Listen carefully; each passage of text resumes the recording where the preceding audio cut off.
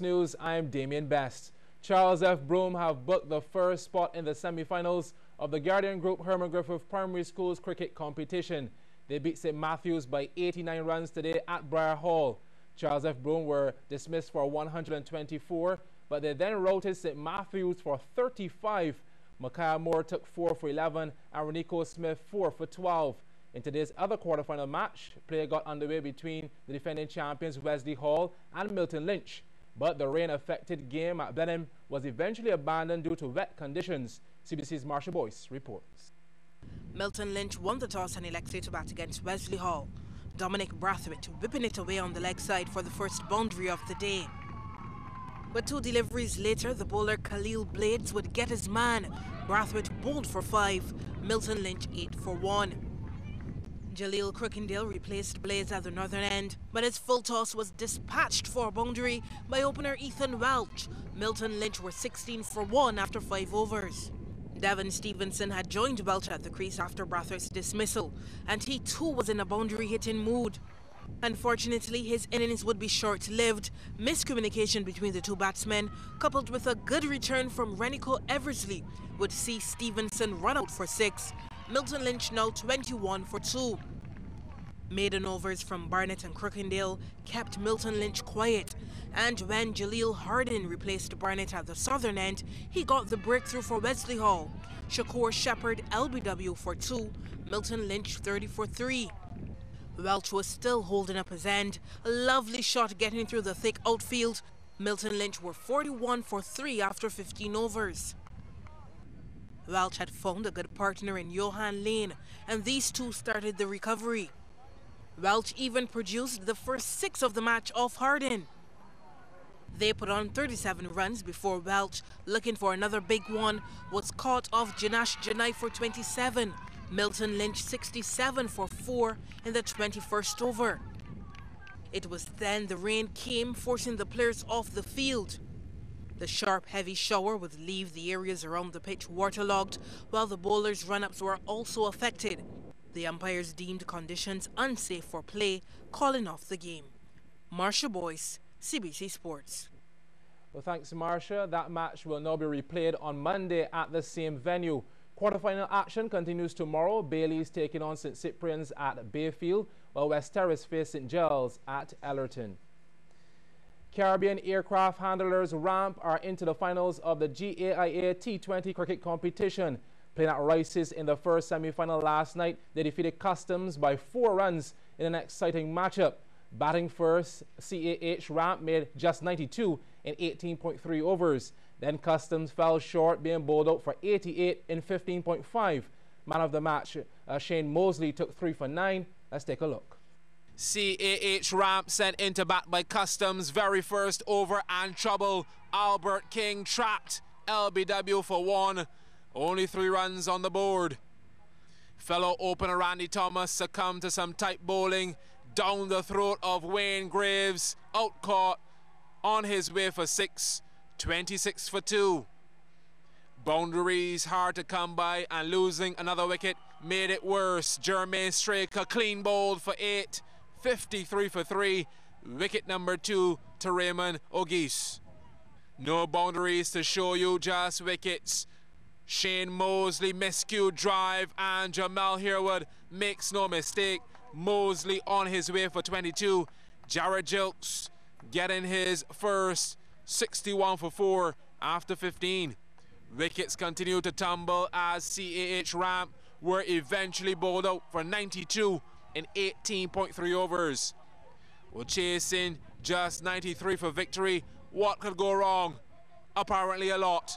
The very first ball of the innings, excellent fielding, and Romel Archer is short of his ground, gone for a duck. Oh my. At last, something other than a wicket. That's 4. Only the second of the game. Thank you, track and field specialist Levi Cadogan. Well, his new partner, Jamal Herwood, found the ropes as well, down to 3rd man for 4 more. Well, here's where we return you to regular programming. Cadogan stumped down the leg side by keeper Randy Thomas. Not often you say this. Cadogan was too slow. Gone for 8, 19 for 2. Couple deliveries later, Jamel Herwood got a jaffer from Shane Mosley, a bowler's delight. Customs 19 for 3, Herwood made 6. Larry Babb was victim number 4, full and straight from Jermaine Straker. See ya, wouldn't want to be a bowl for 1, 25 for 4, only 5 overs gone. Jared Jilks in next, and he launched into Straker from ball 1, down the ground, 6 runs. Jilks fearless and lucky at the same time, through the fielder's hands, 1 bounce 4. But Mosley would bring an end to the festivities, hitting the woodwork of Jilks. Boy, was he happy.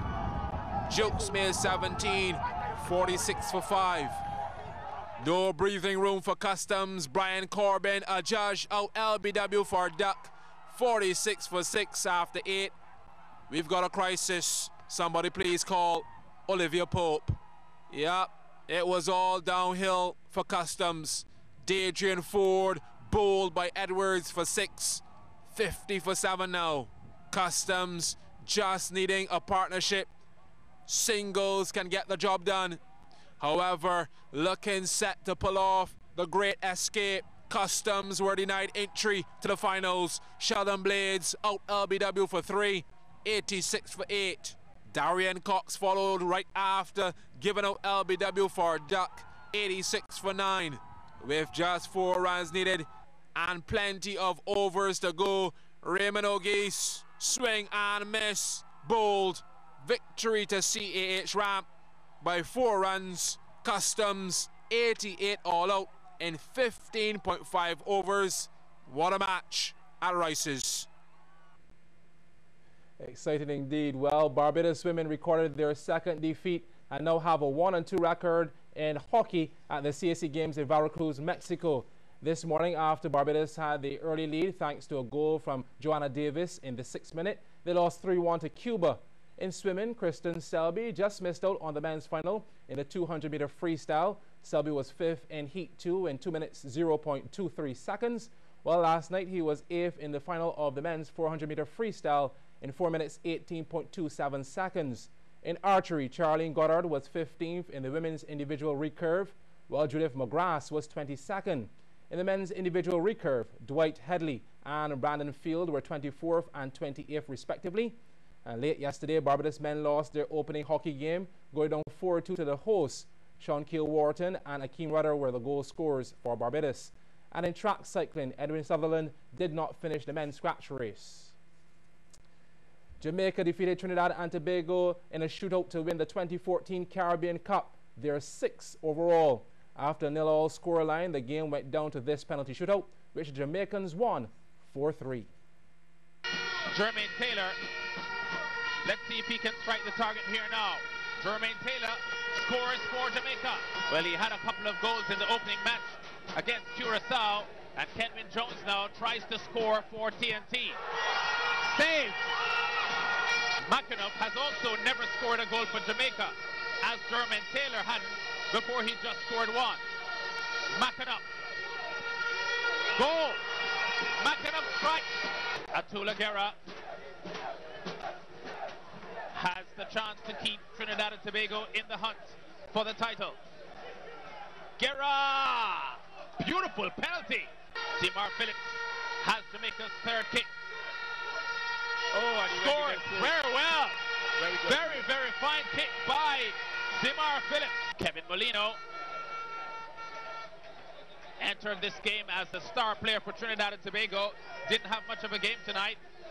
Prolific scorer in the USL Pro League, scored a record 20 goals in the current season and scores well here. Michael Seaton prepares to shoot for Jamaica, and it's saved. That's a poor penalty from Michael Seaton. Blake gets a chant from the local fans. They're shouting, save, save, save. Jones looks a picture of concentration. Joven Jones into the roof of the net, no chance. Austin has a lot on his plate here. The Trinidad and Tobago captain missed his kick. Austin doesn't miss his. If Highland misses this, Jamaica are champions. Highland, the number 8 for TNT. Kicked over the top. He misses. Jamaica are champions for the 6th time in the history of the Caribbean Cup. No one loves a penalty shootout. Well, tonight we'll be having a special hour-long CBC Sports. We'll be discussing the fallout from the ongoing West Indies cricket contracts controversy. In studio will be former West Indies player Ian Bradshaw, along with attorneys Ralph Thorne and Gregory Nichols. That's CBC Sports at 8:30 p.m. on TV8. Well, that's a wrap on this edition. Coming up next, the Business Report. Everybody smile, smile, smile, smile.